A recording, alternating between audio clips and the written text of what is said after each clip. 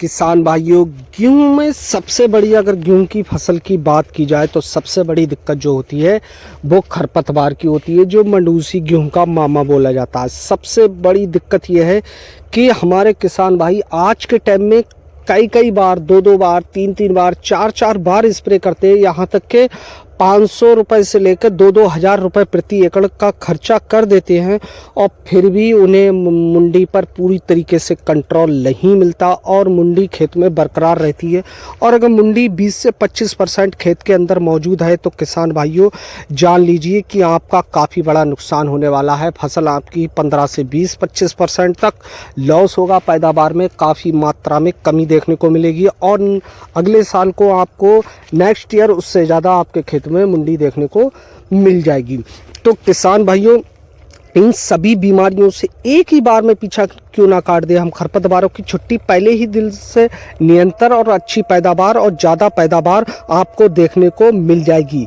किसान साथियों, अब बात करते हैं जैसे कि औकीरा, पीआई का औकीरा आता है तो इसके अंदर टेक्निकल की बात की जाए तो पेरोक्सासल्फोन 85% WG में आता है किसान साथियों। और ये IIL की मिलियन नाम से आती है। तरह तरीके की मतलब BCU कंपनी इस टाइम मार्केट में ये दे रही है। इसका क्या फार्मूला है, जैसे किसान भाइयों आपने कभी पैंडिया की स्प्रे लाई में की है वैसे ही से यूज किया जाता है। आप गेहूं की बिजाई कर दीजिए, बिजाई करने के बाद मेड़े उड़े जो डालना है खेत के अंदर डाल दीजिए। उसके बाद किसान भाइयों 72 घंटे के भीतर इसकी स्प्रे आप कर दीजिए।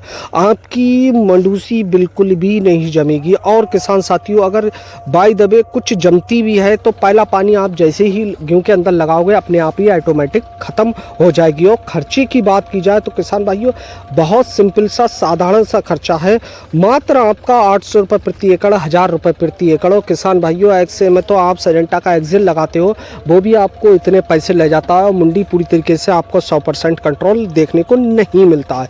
तो आप किसान भाइयों पहले डालिए, बाद में डालने से आपको काफ़ी नुकसान होता है कि ईंट नहीं आई है, कि बारिश हो गई, कि मिट्टी ज़्यादा गीली है, कि कहीं ज़्यादा दवा गिर गई, हमारा गेहूँ बैठ गया।